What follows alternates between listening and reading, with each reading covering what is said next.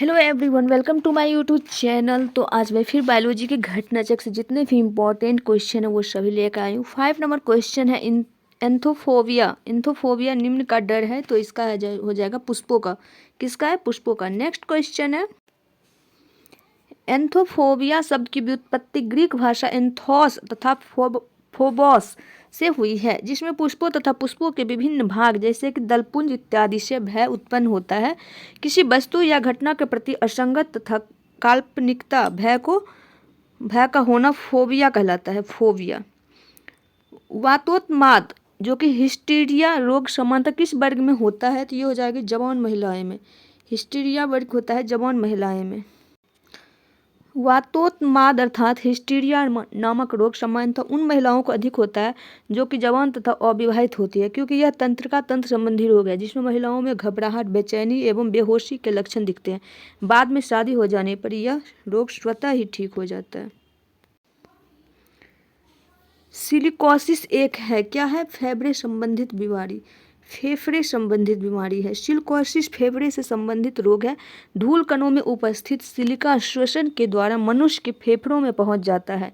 Silica के नियमित रूप से फेफड़ों में पहुंचने से यह रोग हो जाता है। थायराइड ग्रंथि की खराबी किसकी कमी के कारण होती है? तो ये हो जाएगा आयोडीन की कमी के कारण। आयोडीन की कमी के कारण थायराइड ग्रंथि की खराबी होती है। सही जोड़े बनाइए तथा नीचे दिए गए कूट से सही उत्तर चुनिए। रक्त अल्पता, गला, घोंटू, रतौंधी और बेरी। इसका राइट आंसर वैसे बी होगा, बाकी एक्सप्लेनेशन देखते हैं। रक्त अल्पता लौह तत्व की कमी, गला, घोंटू यानी कि ग्वाइटर आयोडीन की कमी से होता है। रतौंधी जो कि विटामिन ए की कमी से होता है। बेरी विटामिन बी की कमी से होता है। आयोडीन की कमी से क्या होता है? घेघा रोग। घेघा रोग जो है आयोडीन की कमी से होता है। किस तत्व की कमी से घेघा रोग हो जाता है? तो आयोडीन की कमी से। आयोडीन की कमी होने से शरीर के गले में घेघा नामक रोग हो जाता है। इससे गर्दन फूलकर मोटी कॉलर जैसी दिखाई देने लगती है। आयोडीन के स्रोत दूध, समुद्री भोजन तथा आयोडीन युक्त नमक है। यह थायरॉक्सिन हार्मोन का महत्वपूर्ण घटक है। आयोडीन उन बीमारी व्यक्तियों को दी जाती है जो पीड़ित है, तो इसका राइट आंसर हो जाएगा घेघा से। मानव आहार में पॉलिश किए हुए चावल के उपयोग से निम्नांकित रोग हो जाता है, तो वो हो जाएगा बेरी। सफ़ेद अनाज जैसे पॉलिश किए हुए चावल तथा गेहूं का आटा इत्यादि में थायमीन पर्याप्त मात्रा में उपस्थित नहीं होता। यदि मानव आहार में मुख्यतः यही चीज़ें शामिल है तो यह शरीर में थायमीन की कमी का कारण बन सकता है। उल्लेखनीय है कि बेरी एक पोषण संबंधी विकार है जो थायमीन विटामिन B1 की कमी के कारण होता है। मानव आहार में पॉलिश किए हुए चावल के उपयोग से निम्नलिखित रोग हो जाता है, तो इसका राइट आंसर हो जाएगा बेरी, ऑप्शन डी। नेक्स्ट है बेरी तंत्रिका तंत्र को प्रभावित करने वाली व्याधि है जो मुख्यतः आहार में थायमीन की कमी से होती है। पॉलिश किए हुए चावल में थायमीन बहुत ही अल्प मात्रा में पाया जाता है, अतः इसका सेवन करने वाले व्यक्तियों में बेरी रोग होने की संभावना प्रबल होती है। उन देशों में जहाँ के लोग का मुख्य खाद्यान्न पॉलिश किया हुआ चावल है, वहाँ के लोग क्या चीज़ से पीड़ित रहते हैं? तो बेरी नामक बीमारी से। जो मनुष्य यह नहीं समझ पाता कि कब उसे भोजन करना रोक देना चाहिए, वह पीड़ित है बुलिमिया से। बुलिमिया नर्वोसा एक प्रकार का भोजन संबंधी विकार है। बुलिमिया से ग्रस्त व्यक्ति बहुत कम समय में बहुत अधिक मात्रा में भोजन का सेवन कर लेता है और फिर वजन वृद्धि से बचने के लिए मल त्याग आदि मध्यस्थों से ग्रहण किए गए भोजन का त्याग करने के लिए प्रयासरत रहता है। बुलिमिया से ग्रस्त व्यक्ति ऐसा महसूस करता है कि उसका इस बात पर कोई नियंत्रण नहीं है कि उसे कितना भोजन करना है। ब्लूबेरी नामक प्रदूषण कारित बीमारी पीने वाले जल में निम्न में से किसके अधिक विद्यमान होने के कारण होती है? तो ये हो जाएगा नाइट्रेट। ब्लूबेरी सिंड्रोम रोग से बच्चों के प्रभावित होने की संभावना तब होती है जब जल में नाइट्रेट की मात्रा 10 SPPM से अधिक होती है। इससे बच्चे के होंठ और शरीर का रंग नीला पड़ने लगता है। यह नाइट्रेट हीमोग्लोबिन से क्रिया करके उसकी ऑक्सीजन परिवहन की क्षमता को कम कर देता है, जिससे श्वसन क्रिया सुचारू रूप से संपादित नहीं हो पाती है। रक्त निम्न की अधिकता से ब्लूबेरी सिंड्रोम नामक बीमारी होती है। मीथेमोग्लोबिन से जो है ना वो होता है ब्लू बेबी सिंड्रोम। शरीर में ऑक्सीजन का परिवहन करने की रक्त की क्षमता के घटने का परिणाम होता है। पेयजल में नाइट्रेट की अधिकता इसका सबसे आम कारण है। प्रमुख रूप से नवजात शिशु इस रोग से प्रभावित होते हैं। शरीर में नाइट्रेट नाइट्राइट में परिवर्तित हो जाते हैं। ये नाइट्राइट लाल रक्त कणिकाओं में उपस्थित हीमोग्लोबिन से अभिक्रिया करके मीथेमोग्लोबिन का निर्माण करते हैं। मीथेमोग्लोबिन की अधिकता से शरीर की कोशिकाओं को पर्याप्त मात्रा में ऑक्सीजन प्राप्त नहीं होता और यही स्थिति ब्लू बेबी सिंड्रोम है। रक्त की निम्नलिखित में से किसकी उपस्थिति के कारण ब्लू बेबी सिंड्रोम होता है? तो मीथेमोग्लोबिन। हृदयाघात में निम्नलिखित का सही क्रम क्या है? वाहिका के आंतरिक द्वार का संकीर्ण हो जाना, तंतु उत्तक से चकत्ते और कोलेस्ट्रॉल, रक्त और ऑक्सीजन की अपर्याप्त पूर्ति, हृदय धमनियों में रक्त के थक्के का पहुंचना। इसका राइट आंसर हो जाएगा 2413। हृदयाघात यानी कि हार्ट अटैक में तंतु उत्तक से चकत्ते और कोलेस्ट्रॉल एवं अन्य लिपिड पदार्थों के जमा हो जाने से हृदय धमनियों में रक्त का थक्का पहुंच जाता है। उसमें वाहिका के आंतरिक द्वार संकीर्ण हो जाते हैं, जिसके परिणाम स्वरूप शरीर में रक्त तथा ऑक्सीजन की अपर्याप्त पूर्ति होती है। मोटापा, अत्यधिक तनाव, धूम्रपान, वसायुक्त आहार इत्यादि इस रोग के प्रमुख कारक होते हैं। इसके उपचार हेतु रुधिर स्कंदरोधी औषधियों का उपयोग किया जाता है। चिकित्सीय भाषा में गोल्डन आवर का संबंध है, क्या है इसका? हृदयाघात से। दिल का दौरा पड़ने के पहले घंटे को गोल्डन आवर के नाम से जानते हैं। बीटा ब्लॉकर एक औषधि है बचाने हेतु हृदयाघात से। बीटा ब्लॉकर एक ऐसी औषधि है जिसका उपयोग हृदयाघात और उच्च रक्तचाप से बचाने के लिए किया जाता है। हृदय की धड़कन नियंत्रित करने के लिए निम्न में से कौन सा खनिज आवश्यक है? तो ये हो जाएगा पोटेशियम। पोटेशियम हृदय की धड़कन एवं नाड़ी संस्थान के कार्यों को संचालित करता है। मांस, मछली, अनाज, फल, सब्जियां इत्यादि पोटेशियम के अच्छे स्रोत हैं। फास्फोरस हड्डियों के विकास के लिए आवश्यक है। लौह तत्व की कमी से रक्त अल्पता रोग होती है। निम्नलिखित में कौन सा पोटेशियम अल्पता से संबंध है? इसका राइट आंसर हो जाएगा निम्न रक्तचाप। शरीर में पोटेशियम की कमी से निम्न रक्तचाप की बीमारी हो जाती है। पोटेशियम एक खनिज लवण है जिसका मुख्य स्रोत मांस, दूध, अनाज, फल तथा सब्जियां हैं एवं इस खनिज लवण की दैनिक आवश्यकता 2 ग्राम होती है। यदि मूत्र में एल्बुमिन आ रहा हो तो ऐसे व्यक्ति के निम्न में से किस एक अंग में फैल हो जाने से पीड़ित होने की संभावना होती है? तो वृक्क। मूत्र यानी कि यूरिन में लगभग 91 से 96% जल, 2% अनावश्यक लवणों के आयन, 2.6% यूरिया, 0.3% क्रिएटिनिन तथा सूक्ष्म मात्रा में यूरिक अम्ल तथा अन्य अनावश्यक अपशिष्ट पदार्थ होते हैं।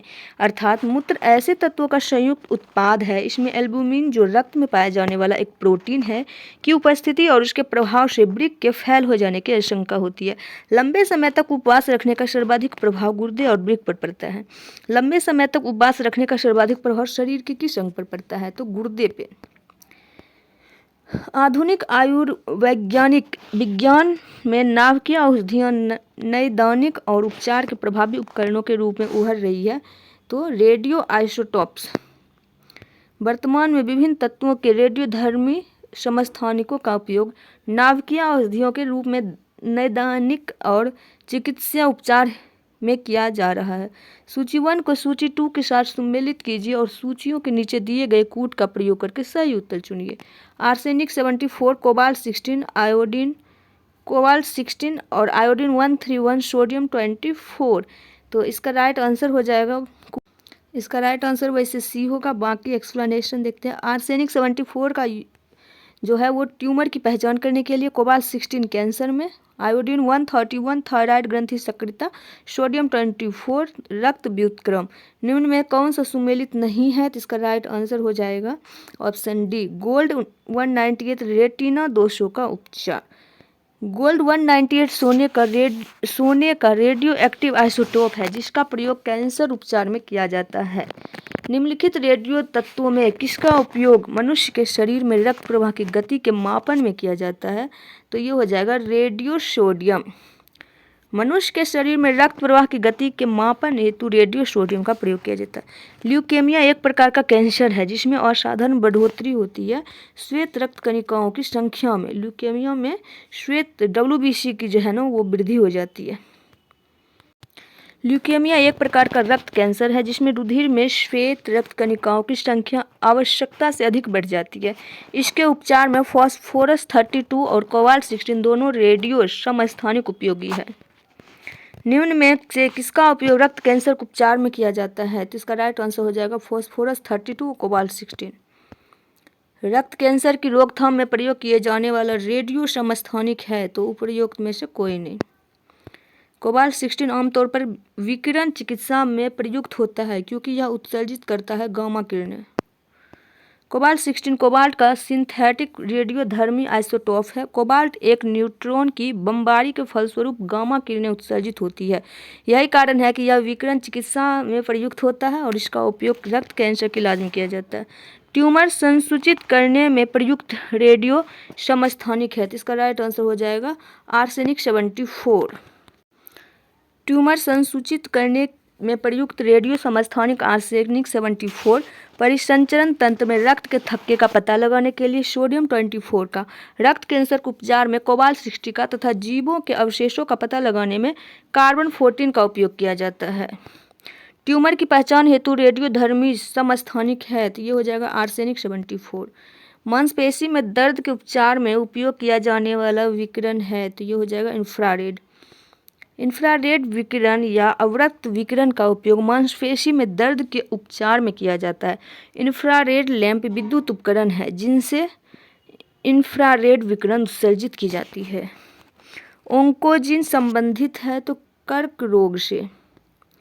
ओंकोजीन एक असामान्य जीन है जो कि कैंसर के लिए उत्तरदायी होता है। सर्वप्रथम इसकी पहचान SRC के रूप में की गई थी। वर्ष 1970 में खोजा गया यह घटक मुर्गियों में कैंसर वायरस का घटक था जिसे रॉस सरकोमा वायरस का नाम दिया गया था। शरीर में किस स्थिति को कैंसर कहते हैं तो इसका राइट आंसर हो जाएगा सेलों का अनियंत्रित बहुगुणन होना, इससे स्वस्थ सेलों का दम घुटना और अंततः मृत्यु होना। कैंसर की अवस्था में कोशिकाओं का अनियंत्रित बहुगुणन होता है। ये कोशिकाएं पोषक पदार्थों की इतनी अधिक खपत करने लगती है कि शरीर की समान कोशिकाओं का पोषक पदार्थों की पूर्ति नहीं हो पाती है। शरीर की कोशिकाएं शनय शनय छिन्न होकर समाप्त होने लगती है। कैंसर के रोगी की मृत्यु इसी कारण होती है। और रूपांतरण एक प्रक्रिया है जिसके द्वारा क्या होता है तो औषधियों के प्रभाव की कोशिकाओं का द्रुत विभाजन। इसका राइट आंसर हो जाएगा रक्त या लसिका तंत्र में कैंसर कोशिकाएं दूसरे स्थानों या अंगों तक फैल जाना। तीव्रता और प्रयुक्तता के आधार पर निम्नलिखित में से कौन सा कर्क रोग उत्पन्न कर सकता है तथा उसका उपचार भी करता है तो आयनीय विकिरण। आयनीय विकिरण ही वह कारक है जो कर्क रोग उत्पन्न कर सकता है और उनका उपचार में भी प्रयुक्त होता है। विकिरण चिकित्सा में कैंसर की कोशिकाओं और संकुचित गांठ को नष्ट करने के लिए आयनीकरण विकिरण का उपयोग किया जाता है। अनुसंधानों से स्पष्ट हो गया है कि निम्न एवं मध्यम विकिरण एक्सपोजर से कैंसर नहीं होता है लेकिन लंबे समय तक विकिरण के प्रयोग से कैंसर हो सकता है। मनुष्य के अंगों से हानिकारक विकिरण से सबसे कम सुप्रभाव अंग है तो मस्तिष्क। विकिरण यानी कि रेडिएशन के माध्यम से सर्वाधिक हानि आंख को होती है किंतु उसमें सबसे कम प्रभावित मस्तिष्क होता है। परावैंगनी विकिरण यूवी रेडिएशन के कारण जीराडर्मा पिगमेंटोसम नामक त्वचा का रोग हो जाता है। सभी प्रकार के कैंसर की चिकित्सा हेतु निम्नलिखित में से कौन सा उपचार नवीनतम है तो ये हो जाएगा तीव्रता अधिमिश्रित विकिरण चिकित्सा। प्रश्नगत विकल्पों में सभी प्रकार के कैंसर की चिकित्सा हेतु IMRT अर्थात तीव्रता अधिमिश्रित विकिरण चिकित्सा नवीनतम है। यह चिकित्सा पद्धति स्वस्थ कोशिकाओं को क्षति से सुरक्षित करते हुए कैंसर प्रभावित कोशिकाओं को नष्ट करने में चिकित्सक की सहायता करता है। इंटरफेरोन का प्रयोग किया जाता है नियंत्रण करने के लिए कैंसर को। इंटरफेरोन एक प्रकार का प्रोटीन है। इंटरफेरोन अल्फा 2A का प्रयोग गुर्दे एवं रक्त कैंसर के उपचार के लिए किया जाता है। सेरेब्रल पाल्सी एक मस्तिष्क संबंधी विकार है जो सामान्यतः पाया जाता है छोटे बच्चों में। प्रमस्तिष्क अंगघात और प्रमस्तिष्क पक्षाघात या सेरेब्रल पाल्सी एक प्रमस्तिष्क संबंधी विकार है। यह विकार विकसित होते मनुष्य के मोटर कंट्रोल सेंटर में हुई किसी क्षति के कारण होता है। यह बीमारी मुख्यतः गर्भाधारण, बच्चे के जन्म के समय और 3 वर्ष तक की आयु के बच्चे को होती है। अल्जाइमर रोगों में मानव शरीर का कौन सा अंग प्रभावित होता है? तो ये होती है मस्तिष्क में। अल्जाइमर रोग में मानव शरीर का प्रभावित होने वाला अंग मस्तिष्क है, जिसमें मनुष्य की स्मरण क्षमता क्षीण हो जाती है। सामान्यतः यह रोग मनुष्यों में 65 वर्ष के बाद होता है, किंतु 65 वर्ष से कम आयु में भी यह रोग हो सकता है। सर्वप्रथम इस बीमारी को जर्मन न्यूरोलॉजिस्ट डॉक्टर एलोइस अल्जाइमर ने पहचाना था। अल्जाइमर रोग 2 प्रकार का होता है, जिसमें एक वंशानुक्रम से प्राप्त होने वाला, जबकि दूसरा मनुष्य की बाद की आयु में प्रकट होने वाला। हाल ही में वैज्ञानिक ने उस प्रोटीन की खोज कर ली है जो मस्तिष्क के खतरनाक रोग अल्जाइमर को उत्पन्न करता है। निम्न में से वह कौन सा प्रोटीन है? तो वो हो जाएगा amyloid precursor protein. Amyloid precursor protein. Next है वह प्रोटीन जो मस्तिष्क के खतरनाक रोग अल्जाइमर को उत्पन्न करता है, वह है बीटा एमिलाइडर प्रिकर्सर प्रोटीन। पार्किंसन बीमारी के उपचार के विकास के लिए किसको नोबेल पुरस्कार दिया गया? तो ये हो जाएगा आर्विड कार्लसन। खुजलाने से खाज मिटती है क्योंकि इससे कुछ तंत्रिकाएं उद्दीपित होती है जो मस्तिष्क को प्रतिहिस्टामिन रसायनों का उत्पाद बढ़ाने का निर्देश देती है। खुजलाने से खाज मिटती है क्योंकि इससे कुछ तंत्रिकाएं उद्दीपित होती है या इससे मतलब स्टिमुलेट होती है जो कि मस्तिष्क को प्रतिहिस्टामिन रसायनों का उत्पादन बढ़ाने का निर्देश देती है। एनोसिमिया, घ्राण संवेदना की कमी। एनोसिमा या अघ्राणता या गंध अग्राह्यता में मनुष्य की सूंघने की शक्ति का नाश हो जाता है। Khaira anaemia goitre. खैरा होता है जस्ते की म्लानता, एनीमिया लौह की म्लानता, ग्वाइटर आयोडीन की म्लानता और स्कर्वी होता है विटामिन सी की म्लानता। कौन सा प्रदूषण नॉक्सी सिंड्रोम के उत्तरदायी हैं? नॉकनी सिंड्रोम के उत्तरदायी हैं तो वो हो जाएगा फ्लोराइड। जल में फ्लोराइड प्रदूषण नॉकनी सिंड्रोम या गैनु वैलगम के लिए उत्तरदायी होता है। फ्लोराइड प्रदूषण हड्डियों के लिए विषाक्त प्रभाव उत्पन्न करता है जो कि हड्डियों की कमजोरी, फ्रैक्चर और अस्थायी विरूपण का कारण बनता है। रिकेट्स और ऑस्टियोकॉन्ड्रोडिस्प्लेसिया के कारण भी यह सिंड्रोम हो सकता है। निम्न में कौन सा ही सुमेलित नहीं है? तो ये हो जाएगा डी, फ्लोराइड आयन अपच। मिनी माता व्याधि निम्न धातु की हानिकारक मात्रा के कारण हुई थी, ये हो जाएगा पारा। मिनी माता रोग शरीर में पारा की अधिकता के कारण होती है। प्रारंभ में यह जापान की मिनी माता की खाड़ी में पारा समन्वित मछलियां खाने से हुई थी, इसलिए इसे मिनी माता व्याधि की संज्ञा दी गई। इस रोग के कारण शरीर के अंग, होंठ और जीभ काम करना बंद कर देते हैं, साथ ही बहरापन, आंखों का धुंधलापन और मानसिक असंतुलन भी पैदा होता है। मिनी माता व्याधि का मुख्य कारण क्या है? तो पारद विषाक्तता। जापान की 1953 में होने वाली मिनी माता व्याधि हुई थी उन मछलियों को खाने से जो संक्रमित थी पारद द्वारा। मिनी माता व्याधि सर्वप्रथम जापान के मिनी माता शहर में ज्ञात हुई थी। यह व्याधि औद्योगिक संदूषित जल में मिथाइल मरकरी की निकासी से मिनी माटा खाड़ी और शिरानुई सागर में मछलियों के प्रदूषित होने से हुई थी। नेक्स्ट है इटाई रोग किसके दीर्घकालीन विषाक्तन से होता है? तो ये हो जाएगा कैडमियम। इटाई रोग कैडमियम के दीर्घकालीन विषाक्तन से होता है। सर्वप्रथम यह रोग जापान के टोयामा प्रांत में देखा गया। खनन कार्य के दौरान नदियों में कैडमियम के विमोचन से यह रोग फैला। एलर्जी का कारण कौन सी बीमारी होती है? तो ये हो जाएगा अस्थमा। एलर्जी वस्तु विशेष के प्रति मनुष्य की अत्यधिक संवेदनशीलता है जो सामान्य मनुष्यों में नहीं पाई जाती है। औषधि, परागकण, धूलकण, रासायनिक पदार्थ इत्यादि एलर्जी का कारण बनते हैं जिन्हें एलर्जन कहते हैं। इनके कारण शरीर में अस्थमा, ज्वर, सिर दर्द, सर्दी इत्यादि रोग हो जाते हैं। यदि एक व्यक्ति केवल दूध, अंडा और रोटी का आहार करता है तो उसको रोग हो सकता है स्कर्वी का। एक व्यक्ति सिर्फ दूध, अंडा तथा रोटी खाकर सेवन करता है तो उसके शरीर में विटामिन सी की कमी हो जाएगी, जिसके परिणाम स्वरूप इसमें स्कर्वी रोग हो जाएगा।